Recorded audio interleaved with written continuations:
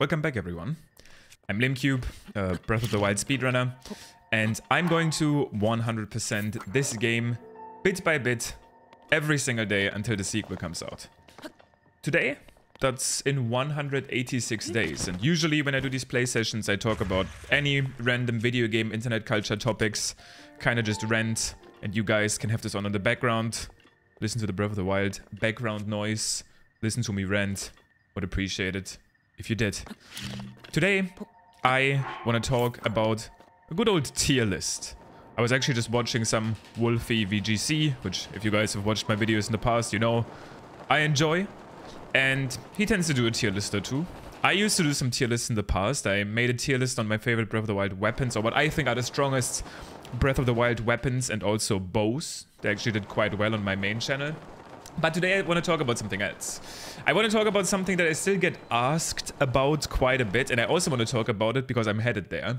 And that's my favorite divine beasts. What is the best dungeon in Breath of the Wild? And I will also talk about the DLC dungeon here, and I will talk about all of these dungeons in a casual perspective and also in a speedrunning perspective. Which obviously that's kind of like my unique take. The Divine Beast I'm headed to now is gonna be Divine Beast Var Meadow, which, in a casual perspective, is kind of difficult to rank. I think in terms of story, also I need to realize that I can actually die. I should have maybe stopped by... Actually, yeah, you know what I can do? I can stop by and get some fairies at the Tabantha Fairy Fountain on my way. Because I'm probably gonna perform the glitch where I get like 999 fairies, so I don't have to care about food while I get all of these resources. But yeah, casually I think it's kind of difficult to rank because the ability and the weapon that you get from Divine Beast Var Meadow, being the Great Eagle Bow and Rivali's Scale, are incredibly powerful. I personally didn't make it to Var Meadow until the very end of my playthrough. I did all of the other Divine Beasts first. And obviously, when I was playing casually back then, I didn't know how to perform wind bombs. I'm pretty sure wind bombs, wind bombs weren't even found at the time. So Rivali's Gale was actually exceptionally strong as an ability, right? Being able to traverse in the game vertically without wind bombs wasn't really a thing. Even if you knew glitches, maybe the BTB was already a thing when I played. I think it was, the bullet time bounce. You don't see that one too much anymore these days. But Rivali's Scale extremely powerful. And the Great Eagle Bow is probably the best bow in the game. That's at least how I ranked it. It has high durability, really good shooting speed, good range. It has basically the full package. You can repair it. It's probably the best bow in the game. Also, I do need to get Korok seeds if I want to 100% the game, so I should probably keep that in mind. I should also focus a little bit more on getting some preparations done, which is the reason I'm doing Divine Beast Var Meadow today. I'm trying to get that bow. I'm probably going to be duplicating it. And I also want Rivali's Scale, and I'm also going to collect fairies, etc. But anyway, casually, I think Divine Beast Var Meadow has an extremely good reward, but in terms of the story, it didn't quite capture me as much as another Divine Beast I want to talk about casually. But because of its great rewards, to me, Var Meadow would probably be the second best Divine Beast in the game. And there's another one that's pretty close, that's almost second to me, but I think casually, Var Meadow, I mean, obviously, is the second best Divine Beast in the game, mainly carried by its great reward. I think in terms of story, a different Divine Beast is the second best, but I think it would be number 2. In speedrunning, however, it's the uncontested number 1. Var Meadow has the coolest speedrunning strats when it comes to entering the Divine Beast, performing the flight range challenge, the strats in the Divine Beast itself. You get to actually completely skip the map in Var Meadow. Well, it's not uncontested. There is one other one that gets a little bit close, but yeah. So I'd say Var Meadow number 2 in terms of the casual package, number 1 in terms of speedrunning. So actually really high ranking Divine Beast. Once I've ranked the other Divine Beasts, we will talk about the final ranking, what I think is truly the best. But that's my ranking for Var Meadow. Let's talk about Varnaboris next. Because Varnaboris, in my opinion, casually, is the other one that's really close to Varuta, especially because I really, really do prefer the story. Wait, did I say Varuta? I meant Varnaboris. Varnaboris is what I was going to talk about. Sorry, the big camel in the Gerudo Desert. That's really close. Really close second place to me. Obviously, you have the big lead up to it with the Yiga hideout, right? And the Thunder Helm. And wait a second. Is that not how that works? I usually don't do these shrines casually anymore, but I guess I can get this Falcon Bow. But yeah, Varnaboris, in my opinion, has the second best story out of all Divine Beasts. And that's mainly because, in my opinion, Urbosa is the coolest champion. She kind of played this motherly role for Zelda. I think she's a really cool character. It's a very intricate Divine Beast quest of the Yiga hideout, which I personally casually I hated. The Yiga hideout. I am not a stealth quest enjoyer, so I didn't actually have a good time in there. But then Koga is a pretty hilarious boss. Some people were annoyed because he's like a pushover, but honestly, I didn't really mind. Also, can I figure out how to solve this puzzle? I swear, I don't know. I thought what you do here is you shoot this with an arrow. But I guess that's not... Oh, that... Okay, now it worked. Sure. Yeah, essentially what I'm trying to say is Varnaboris' story is really good. I didn't enjoy the Yiga hideout as much, but the puzzles in the Divine Beasts, in my opinion, are actually the best in terms of actually puzzling, right? The entire, like, twisting the Divine Beast, electronic orbs, and stuff, in my opinion, and, like, building connecting the power lines in Varnaboris are great. Thunderblade Ganon, despite being notoriously the hardest boss casually, is, the most memorable one by far at the same time. The real problem in Varnaboris is the arena that the fight takes place in. That's really why Thunderblight is annoying. I think Thunderblight is much more manageable if you fight it in Hyrule Castle, but fighting Thunderblight in the Varnaboris, like, arena makes the fight much harder. But at the same time, I think that's also what makes the fight so memorable, and in a way makes the Divine Beast a more memorable and better experience. The rewards are arguably the worst. The sword that you get is not bad, I guess. It has pretty good damage. The shield is just basically worse, almost in every single way, compared to the Radiant Shield that you commonly find in the Gerudo Desert. But overall, especially because of the story, it's gonna be the third place for me casually, just barely because the rewards are worse. In terms of story, it's actually better, in my opinion, than Var Meadow. But again, that's only my opinion. A lot of people would probably rank this one a lot higher. Now, when it comes to speed running, I will have to rank it at third place as well, I would say, because there's just a clear winner. There's another one that's clearly better than it, and in my opinion almost as good as Var Meadow in a speedrunning perspective, so I can only give it the third place. It's alright, but there's a lot of cutscenes around it, which kind of makes it annoying. Then in the recent time, there's been some pretty cool speedrun strategies when it comes to attacking the Divine Beast and also inside the Divine Beast, but I don't know, there's just a lot of cutscenes, and then Thunderblade Ganon is actually a complete pushover in the speedrun. It's not a very fun fight. You basically just, I mean, to be fair, that's how every fight goes in the speedrun. You spin to win, or you shoot a bunch of headshots in bullet time. And Thunderblade is no exception. But yeah, I'd say it's number 3 speedrunning wise, and barely number 3 casually, almost taking the number 2 spot. Honestly, I think I'm gonna do a little bit of a switcheroo. I would say that Boris, because of the story, is number 2 casually. Meadow is number 3 casually, but number 1 speedrunning. And Varnaboris is number 3 speedrunning, and number 2 casually. Now, let's talk about some of the losers, at least in some way. And that is gonna be Rudania for me. I don't know if I can even see it from here. It's obviously the Divine Beast hanging... Oh, kind of. It's over there. Chilling on Death Mountain. It's gonna be a last place in terms of casual playthrough for me, and that's just because of one character, and that's Yunobo.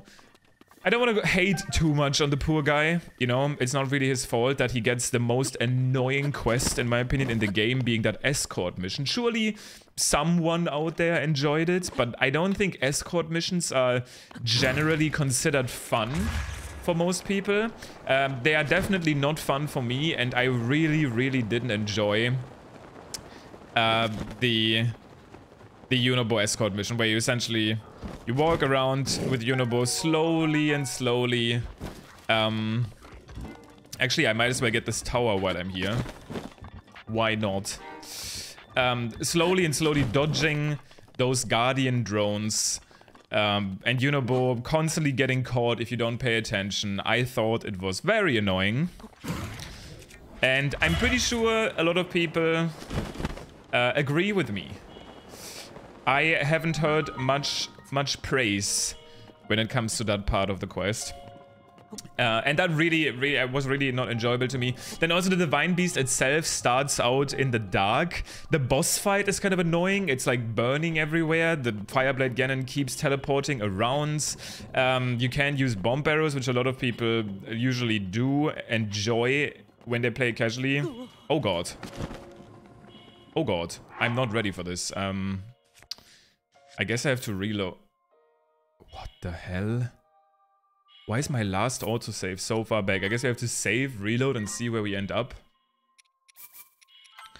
But yeah, because of the escort mission, Rudania casual experience is going to be the last for me. And not a fun boss fight, in my opinion. Not a fun Divine Beast with it being dark. The mechanics of it are kind of cool, but honestly, it was just too much for me. However, in the speed run, Rudania itself, the Divine Beast itself, is by far the most entertaining. If you have never done it, you have to watch an all dungeon speedrun, and you have to see how they do the interior of Var Rudania. It's incredibly exciting, in my opinion. And you should really check it out. It's also very fun to do right. Like, once you've studied it and you perform it yourself, it's a very satisfying thing to do, in my opinion. Check out Var Rudania speedrunning strats. And the only reason Var Rudania doesn't take the cake, the only reason it's not #1 in a speedrunning perspective, to me, is because of the escort mission. Again, the escort mission tremendously slows you down, even in the speedrun. So that's the only reason it doesn't take #1 spot. Otherwise it would. But because Meadow is overall better in the speedrun, the bird, Meadow takes #1 when it comes to speedrunning. Rudania #2 for speedrunning. Urbosa, aka Naboris, #3 for speedrunning. And you've guessed it, last place for speedrunning is going to be Var Ruta. Var Ruta, the elephant in Zora's Domain, is the most tedious thing to do in a speedrun. It's a cycle-based speedrunning segment, because when you are in the Divine Beast, there's these water sprouts that basically turn around these wheels in the interior, so you can't actually go faster than a certain cycle. There's only that one cycle you can get. And it's very boring. It's not very fun to speedrun. Even worse, there is literally like 8 minutes of cutscenes that play before you even get to enter the Divine Beast, where you discuss of Sidon and the king, and land this Mizu or Mizo guy, or whatever, Muzu, I think his name, the guy that's like jealous that Mifa liked Link. I don't know. It's pretty tedious. Speedrunning wise, absolute. Basically, the reason I don't ever really want to take all dungeons too seriously, because it's such a mood kill after a pretty exciting speedrun. Also, you can't eat these plants raw. I guess you can cook them though. I thought you could, at least. Wait, that's kind of weird. Maybe you can't. I guess I don't know anything about this game. Okay, let's make our way to Rito Village, where we're going to be doing my favorite speedrunning Divine Beast. At least probably starting tomorrow, because I'm probably just going to set up here in the village and prepare for the attack. I will actually probably perform because it's kind of tedious to do, I will perform the fairy glitch outside of the recording. So next time I play, I'll have the fairies, because honestly, the fairy glitch always depends on how many items you have in your inventory. So I would actually have to sit down and figure out how to do it at first. I guess I could figure out how to do it and do it in tomorrow's recording, and then kind of explain it. That would be a little bit different than talking. But maybe that's something to do. But let me finish up this ranking real quick. So, Varuta, the elephant, in my opinion, the worst speedrunning experience, but at the same time, and this is the funny one, the best casual experience. I think the reason it's the best casual experience is because most people encounter it first. I think it has the strongest story ties because of the relationship between Mipha and Link and wanting to literally save Mipha. I hope Zelda isn't going to be too loud, distracting me here. It's a nice shot though of Meadow on the top. In order to free it from Ganon's malice. I will. I believe in you, Link. Thank you, Zelda. But yeah, the story in Varuta, in my opinion, the strongest out of all of them. And the entire setup with getting into this beautiful Zora's Domain place, then having to fight that Lionel on the top of the mountain, it's really epic. Then you and Sidon attacking the beast, there's this amazing music place. The dungeon itself quite tricky. And then the boss fight being kind of emotionally loaded in a way. That's gonna sound weird, but the reason I said is because that guy literally killed, I mean, dare I say, your love interest. At least your, I mean, at least we know that Mipha liked Link, right? So there's some emotional load in there, and in my opinion, that made the fight much more interesting, much more meaningful. I really enjoyed it for that reason. And then also Mipha's grace, I think a lot of people would agree, casually is just very, very helpful. The weapon itself is not great, but having Mipha's grace casually, when you fight your first Lionels, your first like Hinoxes, is just a very nice help to have. So overall, casually the best Divine Beast, in my opinion, Varuta. The elephant, once again, I keep saying that because not everybody knows the names.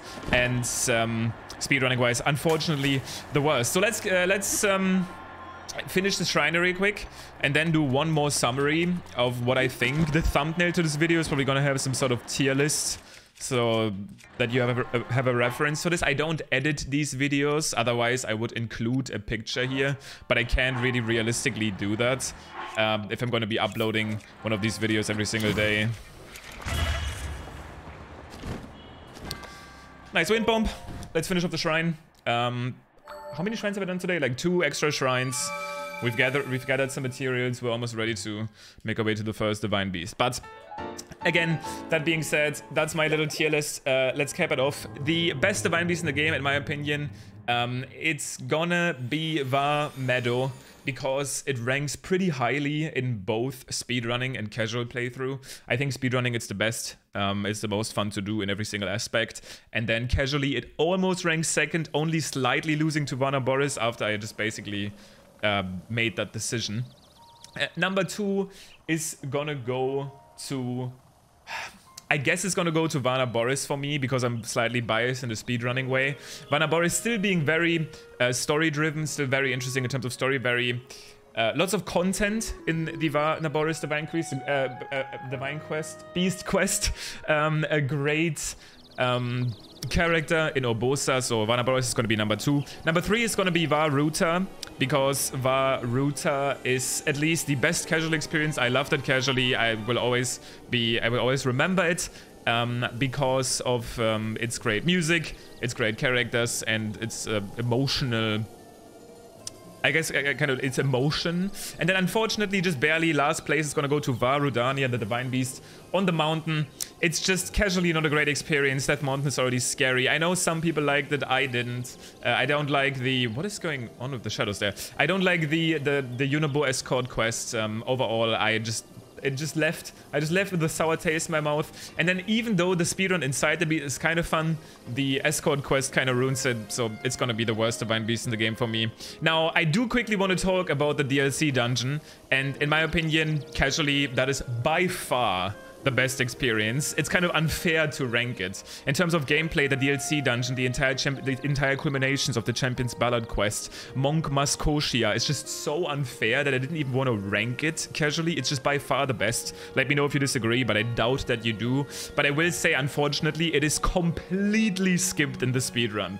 There's literally a wind bomb chain that you can do to go all the way up to the boss fight, skipping literally everything in the dungeon, which, yes, is kind of like a cool trick, but again, another reason that is is not really fairly rankable compared to the others, but I did want to briefly summarize my thoughts. With that being said, tomorrow we have only 185 days left until Tears of the Kingdom. It's getting there. Thank you for listening to me today and for watching this video. Tomorrow we'll approach Var Meadow and the playthrough and I'll pick another topic to talk about. I'll see you there. Peace.